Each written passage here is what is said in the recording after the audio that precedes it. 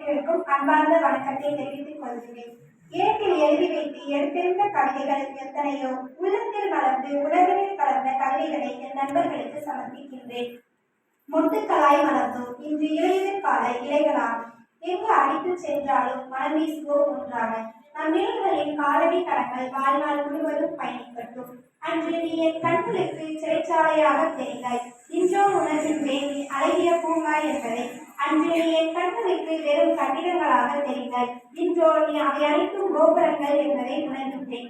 அன்று உன் வகுப்பறைகள் எனக்கு சிறைச்சாலையின் ஒரு அறையாக தெரிந்தது. இன்றுதான் உணர்கின்றேன் அது வெறும் சிறையின் அறையல்ல, என் தாயின் கருவறை என்று. 10 மாதம் சுமந்து பெற்ற தாய் கூட பத்திரமாக விட்டுச் செல்வது பள்ளியில்தான்.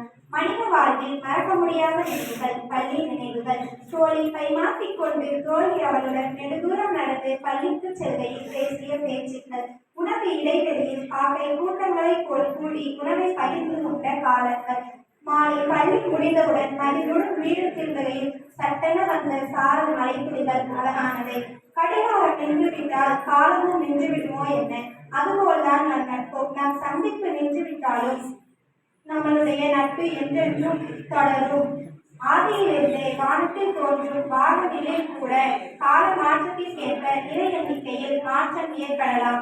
ஆனால் பாதையில் சந்தித்து நட்பு என்னும் பாச கயிற்றால் இணைந்த நம் நண்பர்கள் மீது நாங்கள் கொண்ட காதல் கல்லறை செல்லும் வரை கடுகளவு கூட மாறாது.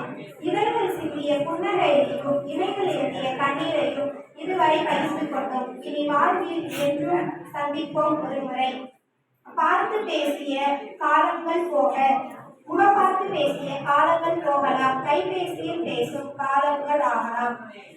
சண்டையிட்ட காலங்கள் போக வார்த்தைகளில் சண்டையிடும் காலங்கள் வரலாம். முகம் பார்த்து அறிந்த கவலைகள் போக குரல்களில் பேசும் கவலைகள் வரலாம்.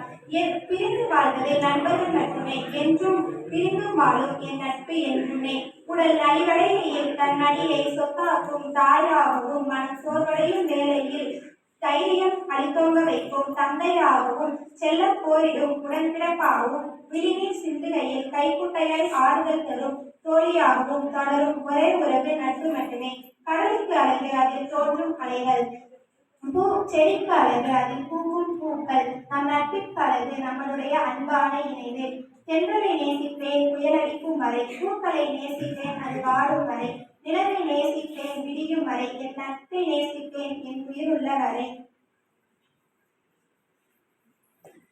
வாழ்த்துவோர் வழி சொல்ல போவதில்லை, தூற்றுவோர் துணை நிற்க போவதில்லை. வெற்றியோ தோல்வியோ தனித்து நின்றாலும் துணிந்து போராடினால் வெற்றி நிச்சயம். நன்றி, வணக்கம்.